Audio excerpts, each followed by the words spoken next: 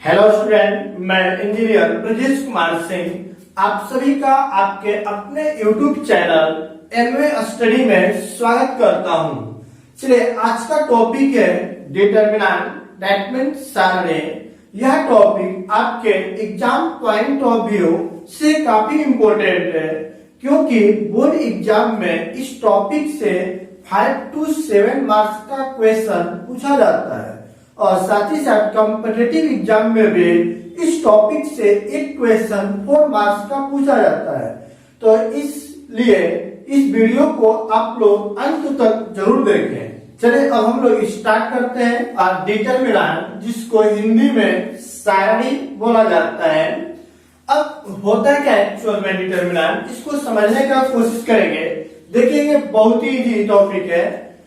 Determinant of a matrix A.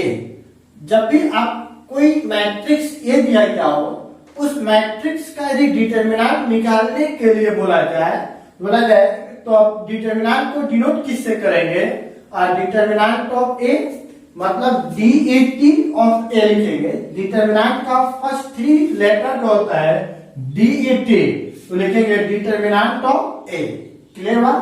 या फिर बोलेंगे दो स्ट्रेट लाइन ड्रॉ करेंगे इस तरह से खाली पाए और उनके बीच में ए डाल दीजिए, तो यह सिंबल होता है डिटरमिनेंट का। किसका सिंबल होगा? डिटरमिनेंट का। तो इसको पढ़ेंगे डिटरमिनेंट ऑफ ए, न कि मॉड ऑफ ए। मॉड का भी ऐसा ही सिंबल होता है, देखिए यहाँ पे हम लोग पढ़ रहे हैं डिटरमिनेंट, तो इसलिए पढ़ेंगे डिटरमिनेंट ऑफ ए। क्लियर बात? या इसी को और भी बोलते हैं डेल। तो 3 तरह से रिप्रेजेंट किया जाता है डिटरमिनेंट को, DET ऑफ ए या डिटरमिनेंट ऑफ ए या डेल बोल रहे तो भी डिटरमिनेंट ऑफ ए ही होता है। अब इसको रिटर्न कैसे करते हैं समझने की कोशिश करें। मैंने डिटरमिनेंट निकाल रहा हूं, किसका निकाल रहे हैं? एक मैट्रिक्स का। तो लेट सपोज ए मान लेते हैं एक मैट्रिक्स दिया हुआ है, जनरल टर्म हम लोग मानकर चल रहे हैं। जो मैट्रिक्स है यहाँ पर ऐसे दिया रहेगा A11 A12 A13 dot dot dot, मान लेते हैं ए आपको क्या दिया हुआ है? A1n।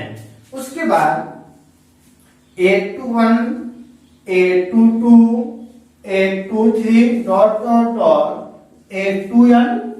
अब यहां पर मैंने मान लिया A31 A32 A33 dot dot dot A3n। अब यहाँ पर मैं लिख लू डॉट डॉट डॉट AM1, यहाँ पर मैंने लिख लिया AM2 और AM3 और यहाँ पर मैंने लिख दिया AMN। क्लियर बा? तो अब देखते हैं इस मैट्रिक्स का जो ऑर्डर हो गया M क्रॉस क्या हो गया? N, क्योंकि इसमें रो की संख्या 1 2 3 डॉट डॉट डॉट कौन सा हो गया? M रो, और कॉलम भी क्या हो गया आपका N। तो यहाँ पर ध्यान रखेंगे कि दिए गए मैट्रिक्स का आपको डिटरमिनेंट निकालना है, तब लिखेंगे देन डिटरमिनेंट ऑफ ए। तब दिए गए मैट्रिक्स का यदि डिटरमिनेंट निकालना हो तो क्या लिखेंगे? Determinant of A. क्लियर हुआ? या फिर बोलिएगा कि डिटरमिनेंट, चलिए मैं एक लिख दे रहा हूं, डिटरमिनेंट ऑफ ए लिखे या DET ऑफ ए लिखे या डेल लिखे। तो इसका डिटरमिनेंट निकालिएगा। तो डिटरमिनेंट को मैंने बताया कि एक स्ट्रेट लाइन, तो स्ट्रेट लाइन ड्रॉ करेंगे। मैंने स्ट्रेट लाइन ड्रॉ कर दिया, उसके अंदर एलिमेंट को लिखेंगे। क्या क्या दिया हुआ है? A11 A12 A13 dot dot dot A1n। ए ना, ये स्ट्रेट लाइन। अब उसके बाद दूसरे रो के एलिमेंट को लिखिए A21 A22 A23 और यहाँ पर डॉट डॉट क्या आएगा? A2n। उसके बाद तीसरे रो को लिखे तो A31 A32 A33 और A3n। क्लियर हुआ? लास्ट में क्या दिया हुआ है? Dot dot dot AM1 AM2 AM3 और यहाँ पे लास्ट में क्या आ जाएगा AMN।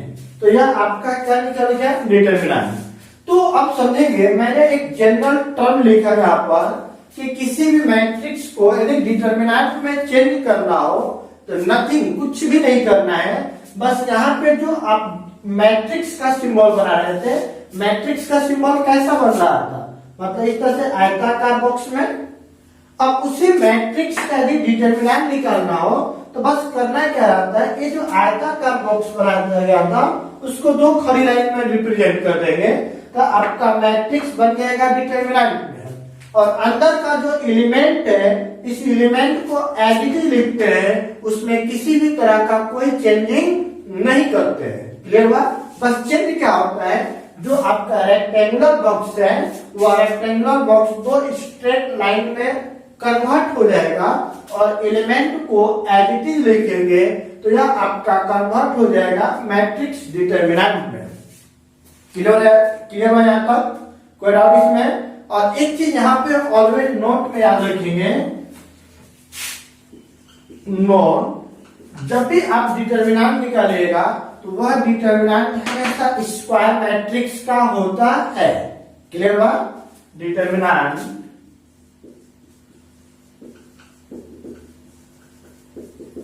इज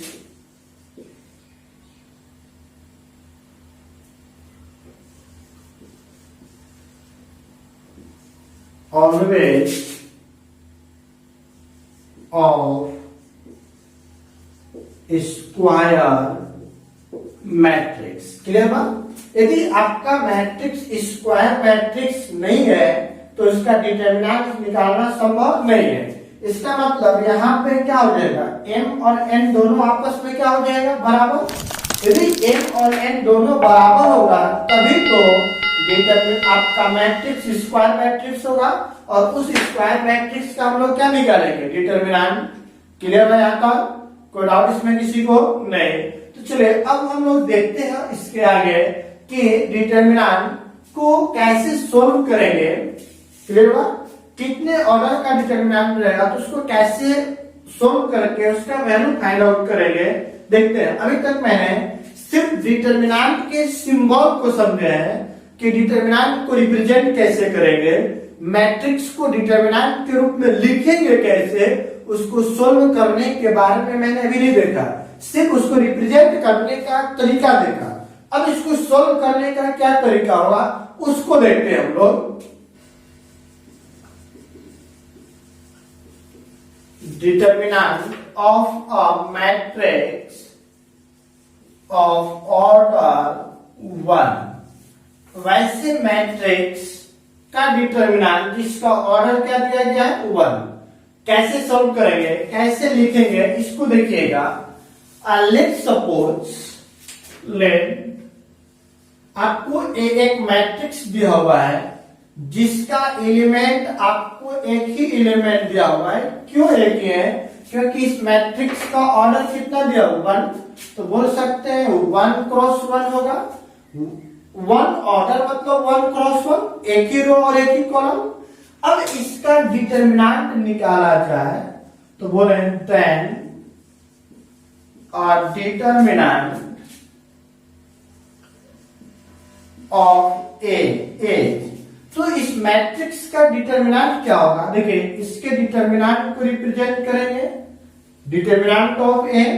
अब यहां पर भी मैट्रिक्स जो है वो बदल जाएगा, किसमें बदल जाएगा, डिटरमिनेंट में। और याद रखेंगे कि डिटरमिनेंट के अंदर एक एलिमेंट दिया गया हो तो उस एलिमेंट को डायरेक्ट आप लिख दीजिए और वही आपका क्या हो जाएगा, आंसर।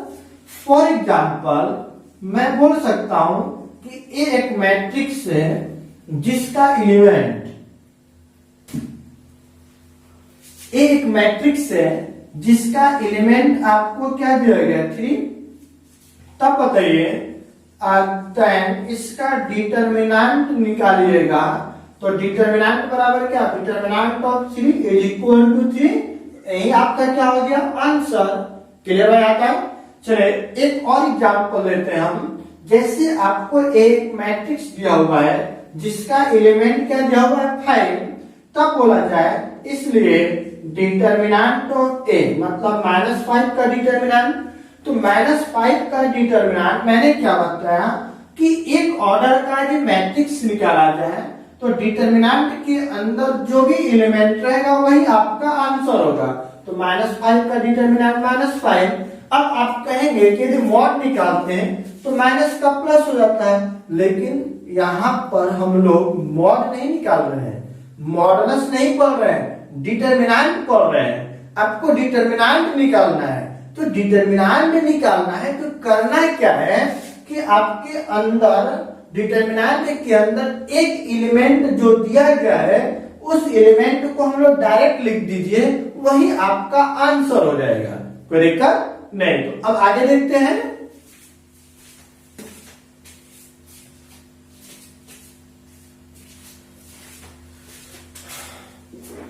चलिए अगला नंबर में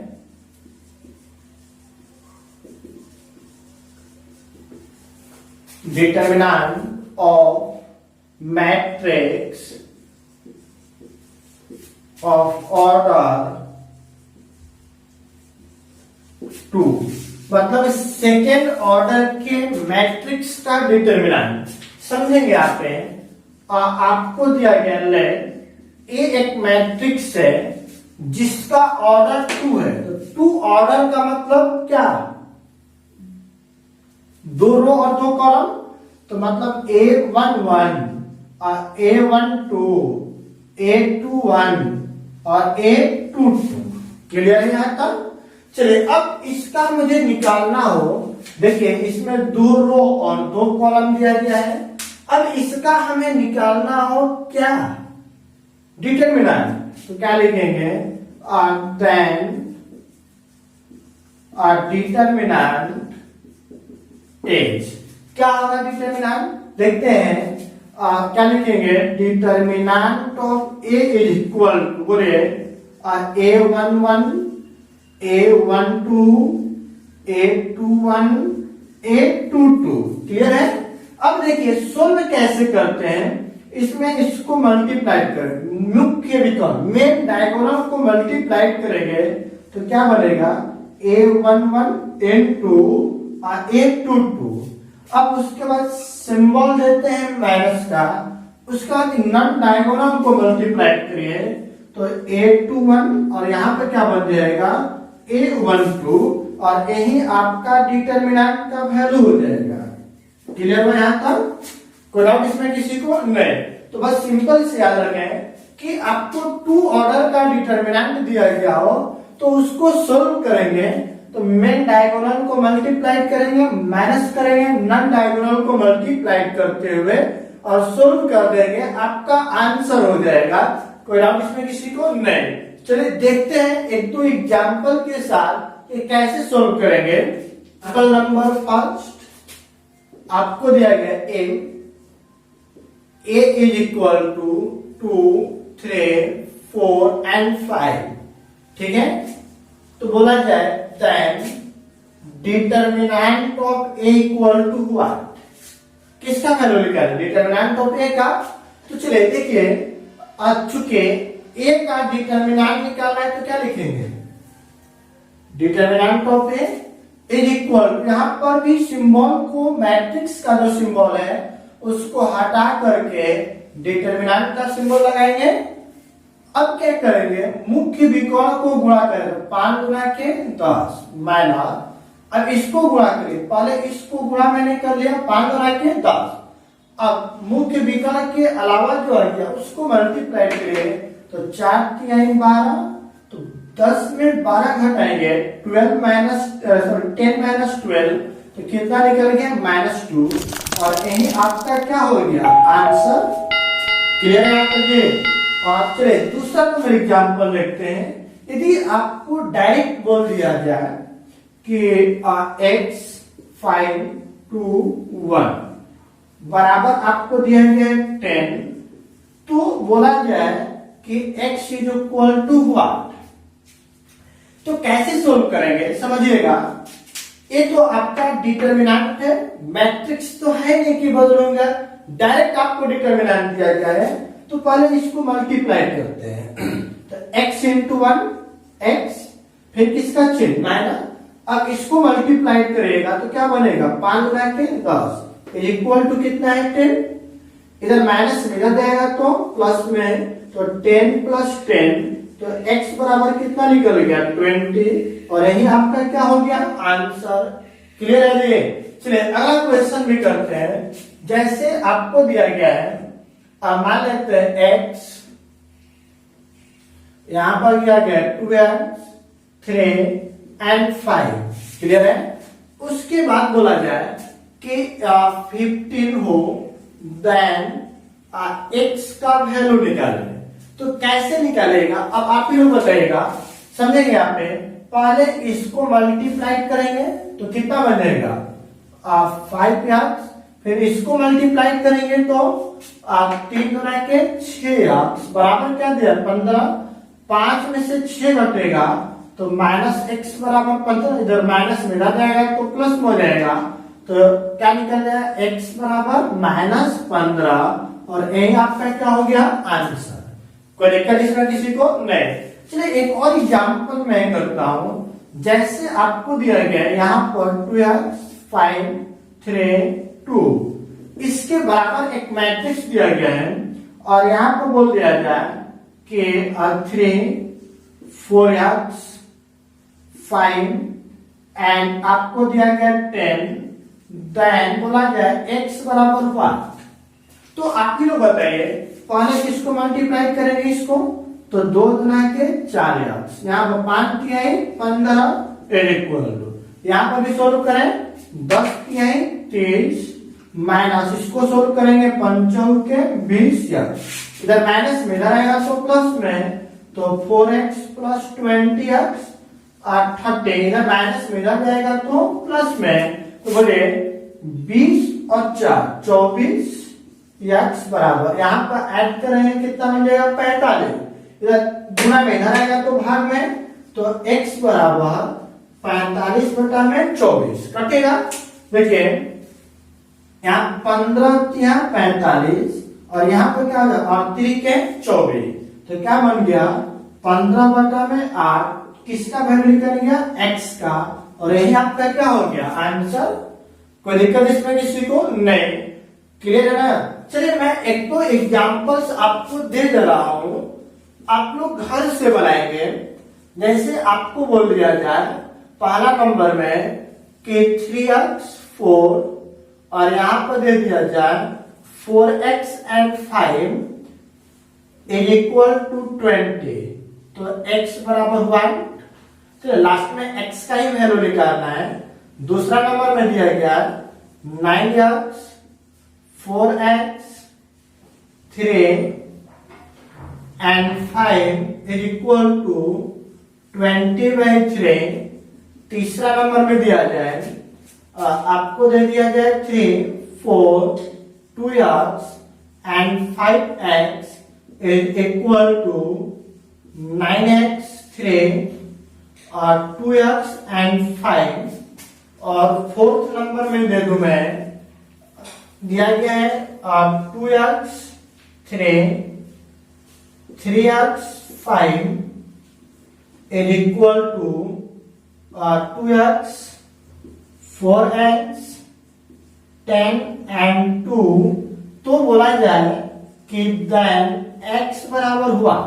कोई डाउट इसमें बन जाएगा जी। चलिए यहां तक आप लोग क्वेश्चन को सोल्व करेंगे। अगले क्लास में हम लोग देखेंगे कि 3x3 ऑर्डर के डिटरमिनेंट का वैल्यू कैसे फाइंड आउट करेंगे। क्लियर है। चलिए यहां तक किसी को कोई डाउट नहीं। जब कोई डाउट नहीं है तो चैनल को लाइक एंड सब्सक्राइब तो बनता है जी।